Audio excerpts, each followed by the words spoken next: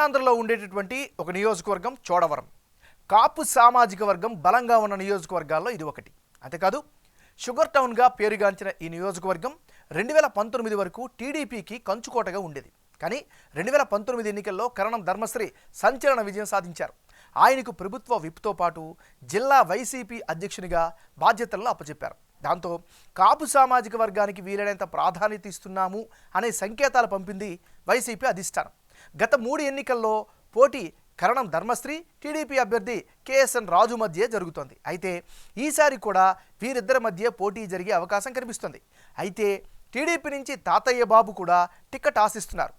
ఇక్కడి వరకు లెక్కలు బాగానే ఉన్నా జనసేన మాత్రం ఇక్కడ బరిలోకి దిగితే మొత్తం క్యాలిక్యులేషన్స్ మారే అవకాశం కనిపిస్తోంది. నియోజకవర్గం మొత్తం ప్రభావం చూపే అవకాశం ఉండడంతో కాపు సామాజిక వర్గం నేతకే టికెట్ ఇవ్వాలి అనే డిమాండ్ వినిపిస్తోంది. మరి ఈసారి ఇక్కడ ఎవరు బరిలో నిలిస్తే ఏ పార్టీ గెలుస్తోంది, ఏ నేత సత్తా ఎంత అన్నదానిపై బిగ్ టీవీ ఎక్స్క్లూజివ్ సర్వే చేసింది. ఆ రిపోర్ట్ చూసే ముందు 2019 ఎన్నికల ఫలితాలను పరిశీలిద్దాం. గత ఎన్నికల్లో చోడవరం నియోజకవర్గంలో బంపర్ విక్టరీ సాధించారు వైసీపీ అభ్యర్థి కరణం ధర్మశ్రీ. ఆయన ఏకంగా 54% ఓట్లు సాధించుకున్నారు. జగన్ మానియా ఈ ఎన్నికల్లో కీలక పాత్ర పోషించింది అని చెప్పాలి. అంతేకాదు ఆయన కాపు సామాజిక వర్గ నేత కావడం కూడా ఆయనకు కలిసి వచ్చింది. మరోవైపు టీడీపీ అభ్యర్థి సూర్యనాగ సన్యాసరాజుకు కేవలం 38% ఓట్లు ఇచ్చాయి. అంతకుముందు ఎన్నికలతో పోల్చితే ఆయన ఓటు షేర్ బాగా తగ్గిపోయింది. ఆయన రాజకీయంగా యాక్టివ్గా లేకపోవడం ఆయనకు నష్టం చేకూర్చింది. ఇక జనసేన తరపున బరిలోకి దిగిన పివిఎస్ఎన్ రాజుకు 3% ఓట్లు వచ్చాయి. ఇక ఇతరులకు 5% ఓట్లు పోలయ్యాయి. ఇది గత ఎన్నికల రిపోర్ట్. ఇక ఈసారి ఎవరెవరు బరిలో ఉంటున్నారో వారి వివరాలు చూద్దాం. ముందుగా ప్రస్తుతం ఎమ్మెల్యేగా ఉన్న Karanam Dharmasri plus and minus points ఏంటో పరిశీలిద్దాం. వైసీపీ నాయకుడు కరణం ధర్మశ్రీకి రానున్న ఎన్నికల్లో అనుకూలమైనటువంటి అంశాలు ఏమిటి పరిశీలిస్తే, మొదటి నుంచి ఈయన చోడవరం నుంచే బరిలో దిగుతుండడం వల్ల స్థానిక నేతగా బలమైనటువంటి ముద్రను సంపాదించుకున్నాడు. అభివృద్ధి పనులకు చేసిన శంకుస్థాపనలు ఖచ్చితంగా అడ్వాంటేజ్గా కనిపిస్తున్నాయి. మరోవైపు ప్రభుత్వ సంక్షేమ పథకాల అమలు ఖచ్చితంగా ఈయనకి కలిసి వచ్చే ఫ్యాక్టర్. ఇవి కరణం ధర్మశ్రీకి ఉండేటటువంటి ప్లస్ పాయింట్స్. మరి ఇప్పుడు ఈయనకు ఉండేటటువంటి మైనస్ పాయింట్స్ ఏంటో పరిశీలిస్తే, ఆయనపై నెగిటివ్ పబ్లిసిటీ అయితే చాలా బలంగా కనిపిస్తుంది. మరోవైపు ప్రజలకు అందుబాటులో ఉండరు అనేటటువంటి అభిప్రాయం కూడా నియోజకవర్గంలో వినిపిస్తుంది.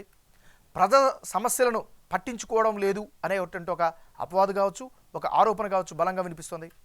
ఎమ్మెల్యే సోదరులు కమిషన్లు తీసుకుంటున్నారు అనేటటువంటి అభిప్రాయాలు లేదా ఆరోపణలు కూడా ఈయన పట్ల బలంగా వినిపిస్తున్నాయి. ఇక కేడర్ పూర్తి స్థాయిలో సహకరించకపోవడం కూడా మరో మనసుగా చెప్పుకోవచ్చు. నియోజకవర్గంలో ఎక్స్పెక్ట్ చేసినంత అభివృద్ధి అయితే కనిపించడం లేదు. ఇవి ప్రస్తుత ఎమ్మెల్యేకు ఉండేటటువంటి ప్లస్లు, మైనస్ పాయింట్స్.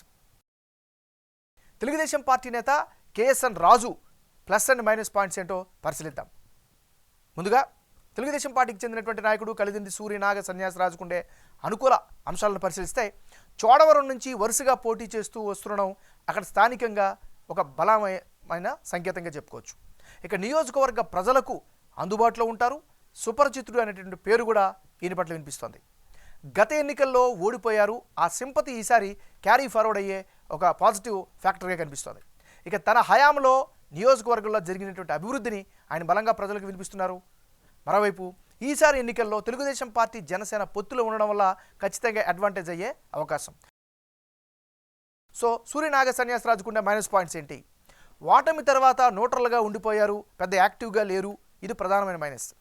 ఇక భక్తుల తాతయ్య బాబు టికెట్ ఆశిస్తుండడం కూడా మరో మైనస్గా చెప్పుకోవచ్చు. ఇవి కేఎస్ఎన్ రాజుకు ఉండేటటువంటి ప్లస్లు, మైనస్లు. ఇప్పుడు మరో తెలుగుదేశం పార్టీ నేత తాతయ్య బాబు, ఆయనకుండే ప్లస్లు ఏంటి, మైనస్లు ఏంటి పరిశీలిస్తే, ముందుగా పాజిటివ్ ఫ్యాక్టర్స్ని పరిశీలిద్దాం. నియోజకవర్గ ఇన్ఛార్జిగా వ్యవహరిస్తుండడం ప్రస్తుతం కలిసి వచ్చేటటువంటి ఫ్యాక్టర్. కేఎస్ఎన్ రాజు మద్దతు కూడా ఈయనకి దొరుకుతూ ఉంది. మరోవైపు తెలుగుదేశం పార్టీ జనసేన మద్దతు కూడా ఈయనకి కలిసి వచ్చే అంశం. ఇవి తాతయ్య బాబుకుండే ప్లస్ పాయింట్స్.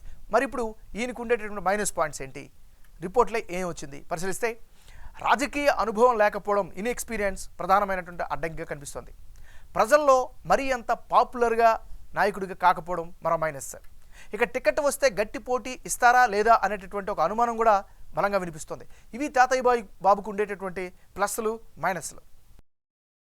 జనసేన పార్టీకి చెందినటువంటి నాయకుడు పంచకర్ల రమేష్ బాబు, మరి ఈయనకు ఉండేటటువంటి అనుకూలత ఏంటి పరిశీలిస్తే, రానున్న ఎన్నికల్లో కాపు సామాజిక ఓటర్ల మద్దతు ఖచ్చితంగా ఈయనకి కలిసి వచ్చేలా కనిపిస్తోంది. మరోవైపు పవన్ కళ్యాణ్ టిక్కెట్ ఇస్తాను అనేటటువంటి హామీ కూడా ఈయనకి ప్రధానమైన ప్లస్ పాయింట్గా కనిపిస్తుంది. టిక్కెట్ కనుక దక్కితే గెలుస్తారు అనేటటువంటి ప్రచారం అయితే నియోజకవర్గంలో వినిపిస్తోంది. ఇవి పంచకర్ల రమేష్ బాబుకు ఉండేటువంటి ప్లస్లు. మరి ఈయనకుండే మైనస్ పాయింట్స్ ఏంటి పరిశీలిస్తే, నియోజకవర్గంలో గట్టిగా ప్రచారం చేసుకోకపోవడమే ప్రధానమైనటువంటి మైనస్గా కనిపిస్తోంది. ఇది ఈయనకి సంబంధించినటువంటి ప్లస్లు మైనస్లు. రానున్న ఎన్నికల్లో చోడవరం నియోజకవర్గంలో ఎవరెవరు బరిలో ఉంటే ఫలితాలు ఏ విధంగా వచ్చే అవకాశం ఉందో పరిశీలిద్దాం. ముందుగా కరణం ధర్మశ్రీ వర్సెస్ కలిదిండి సూర్య నాగ సన్యాసరాజు. అంటే ఇప్పటికిప్పుడు ఎన్నికలు జరిగి కరణం ధర్మశ్రీ కలిదిండి సూర్య నాగ సన్యాసరాజు బరిలోకి దిగితే గెలుపు అవకాశాలు టీడీపీకే ఎక్కువగా ఉన్నాయని బిగ్ టీవీ సర్వేలో తేలింది. టీడీపీ అభ్యర్థి కేఎస్ఎన్ రాజుకు 49% ఓట్లు పోలయ్యే ఛాన్సెస్ కనిపిస్తున్నాయి. దీనికి ఆయన పర్సనల్ ఇమేజ్తో పాటు ఆయన హయాంలో మాత్రమే నియోజకవర్గం అభివృద్ధి చెందింది అనే అభిప్రాయం ప్రజల్లో కనిపిస్తోంది. దీనికి తోడు నియోజకవర్గంలో మెజారిటీ స్థానంలో ఉన్న కాపు సామాజిక వర్గ ఓటర్లు పొత్తులో భాగంగా టీడీపీకే మద్దతు పలికే అవకాశం ఉంది. ఇవి కాకుండా ప్రభుత్వ వ్యతిరేకత కూడా ఆయనకు బాగానే కలిసి రానుంది. ఇక పార్టీ టిక్కెట్ కేఎస్ఎన్ రాజుకే కేటాయిస్తే టిక్కెట్ ఆశిస్తున్న తాతయ్య బాబు కూడా సహకరించే అవకాశం ఉంది. అందుకే ఆయనకు 49% ఓట్లు పడే ఛాన్సెస్ కనిపిస్తున్నాయి. ఇది సర్వే రిపోర్ట్ ద్వారా తెలుస్తోంది. ఇక ప్రస్తుత ఎమ్మెల్యే కరణం ధర్మశ్రీకి గత ఎన్నికలతో పోల్చితే భారీగా ఓట్ షేర్ పడిపోతుందని సర్వే రిపోర్ట్ చెబుతోంది. ఆయనకు 43% ఓట్లు పడే ఛాన్సెస్ ఉన్నాయి. ప్రభుత్వ సంక్షేమ పథకాల లబ్ధిదారులకు ఆయనకు బలంగా సపోర్ట్ చేసే అవకాశాలు అయితే కనిపిస్తున్నాయి. ఇక మరో సినేరియాలో పొత్తులో భాగంగా టీడీపీకి కాకుండా టిక్కెట్ జనసేనకు దక్కి పంచకర్ల రమేష్ బాబు గనక బరిలోకి దిగితే పరిస్థితి ఎలా ఉంటుందో పరిశీలిద్దాం. అంటే కరణం ధర్మశ్రీ వర్సెస్ పంచకర్ల రమేష్ బాబు. ఇప్పటికిప్పుడు ఈ సినేరియాలో జనసేన గెలిచే అవకాశాలు చాలా ఎక్కువగా ఉన్నట్లు సర్వే చెబుతోంది. జనసేన అభ్యర్థి పంచకర్ల రమేష్ బాబుకి ఏకంగా 54% ఓట్లు పడే ఛాన్సెస్ ఉందని సర్వే రిపోర్ట్ చెబుతోంది. నియోజకవర్గంలో అధిక సంఖ్యలో ఉన్న కాపు సామాజిక ఓటర్లు ఆయనకు బలమైన మద్దతు కానున్నారు. అంతేకాదు టీడీపీ నేతల నుంచి కూడా పూర్తి సహకారం అందుతుందని తెలుస్తోంది. ఇక ఈ సినేరియాలో ప్రస్తుత ఎమ్మెల్యే కరణం ధర్మశ్రీకి మరింత ఓట్ షేర్ తగ్గి కేవలం 40%కే పరిమితమయ్యే అవకాశం ఉందని big TV election survey report చెబుతోంది.